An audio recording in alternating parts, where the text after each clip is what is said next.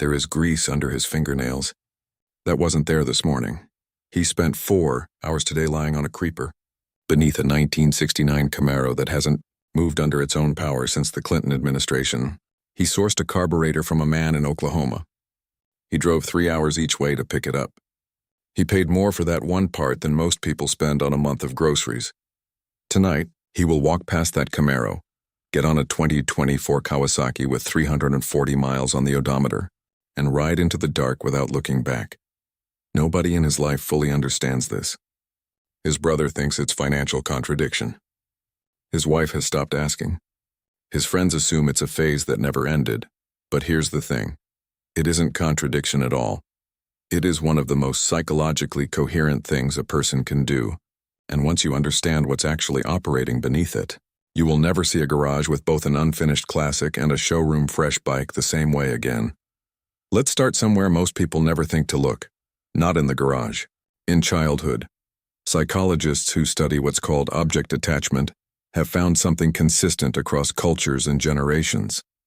The objects people form their deepest bonds with are almost never random. They are anchors. They mark a specific emotional era, a relationship, a feeling of safety, a version of the world that no longer exists but that the brain refuses to fully release. For most men who restore old cars, the car is not the point. The era is the point. A 1969 Camaro is not a machine. It is a portal. It is Saturday mornings with a father who didn't say much but handed over a wrench and waited. It is a version of masculinity that felt earned rather than performed. It is proof, physical, tangible, unmistakable proof, that things were once built to last. The restoration is not really about the car. It is about the man trying to hold on to something he can feel slipping. Now here's where it gets interesting. Because that same man, the one pouring months into a half-century-old machine and does not want a 1969 motorcycle. He wants the newest one available, the one with traction control and ride modes and a digital dashboard that tells him exactly what the engine is thinking. He will research it for 6 months. He will read every review. He will know its weight, distribution, and its fuel injection mapping before he ever swings a leg over it. This seems like it should be a contradiction. It is actually the same psychology expressing itself in 2 different directions. Here is what that means. Psychologists describe a concept called temporal self-appraisal, the way people manage their sense of identity across time. We need to feel connected to who we were. We also need to feel capable of who we are becoming. Most people unconsciously split these needs across different areas of life. The old car handles the past. The new motorcycle handles the present. He doesn't need the motorcycle to carry memory. He needs it to confirm that he is still here, still sharp, still someone who can learn a new machine and master it. The bike is not nostalgia. The bike is proof of life. There's a second layer that almost never gets named. Restoration work is slow. It is deliberately irreversibly slow. You cannot rush a body panel. You cannot shortcut rust repair. There are processes that must happen in a specific order for physical reasons that don't care about your schedule. The man doing this work has accepted that. He has made peace with a timeline that is entirely outside his control. That acceptance is not passive. It is a choice. And it is a profound one in a culture that has declared war on slowness. But here's the tension he lives inside every day. He can accept that pace with the car because the car is the past. The past is already finished. It does not demand urgency. He can take 3 years on a carburetor because the car is not going anywhere that matters.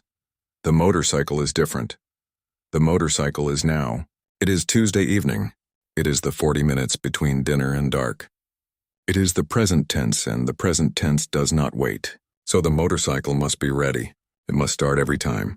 It must perform without negotiation. The new bike gives him that immediate, reliable, without apology. 2 vehicles. 2 relationships with time. 1 man holding both. Step back further and you start to see something that researchers in identity theory call role compartmentalization. Most people do this without knowing it. We maintain different versions of ourselves for different contexts, and those versions are not fake. They are all real. They just serve different psychological functions. The man in the garage restoring the Camaro is operating in what psychologists call the retrospective self, the part of identity anchored in memory, inheritance, and continuity. This self is unhurried.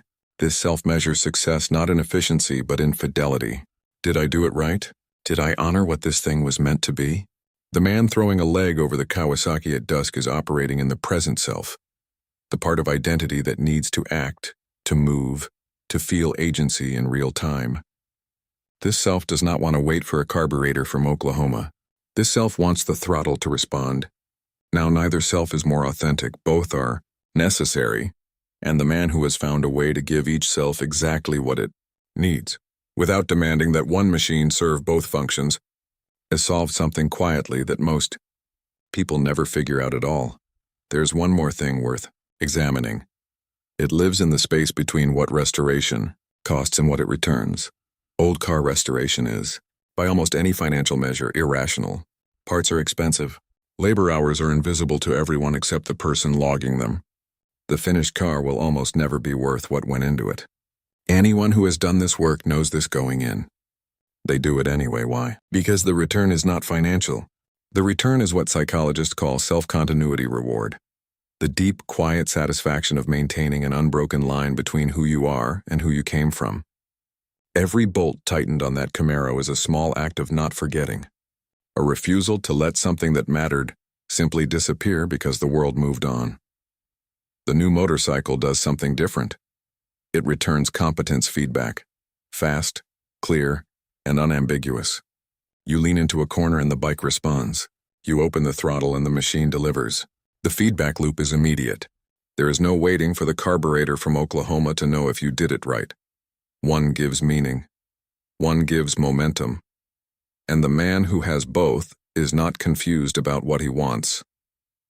He is, perhaps without ever having put it into words, one of the few people who has figured out that meaning and momentum are not the same thing, and that a life worth living probably requires both. Here is what people misread about this psychology. They see the unfinished car in the garage and assume he can't let go. They see the new motorcycle in the driveway and assume he's chasing youth. They are wrong on both counts. He is not holding on. He is tending. There is a difference. Holding on is fear. Tending is commitment. The choice made repeatedly and consciously to keep something alive that would otherwise disappear. And he is not chasing youth on the motorcycle. He is inhabiting the present. Which is not the same as running from anything. It is the opposite. It is the refusal to be so consumed by the past, even a meaningful one, that the present goes unlived. The garage with the unfinished Camaro and the Kawasaki parked beside it is not the portrait of a man divided. It is the portrait of a man who has, without any therapeutic intervention or self-help framework, found a way to be two things at once, rooted and still moving. The question worth sitting with is not which one he should choose. The question is what it would mean to look at your own life on the things you restore and the things you ride new, and ask honestly what each one is actually doing for you.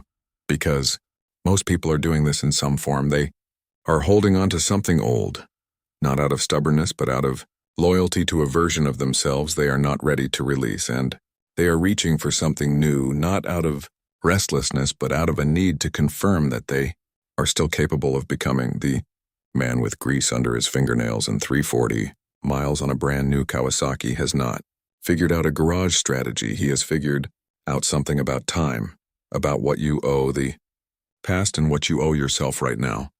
And most mornings, he walks into that garage, looks at the Camaro, looks at the bike, and knows exactly, even without having to explain it to anyone, which one he needs today.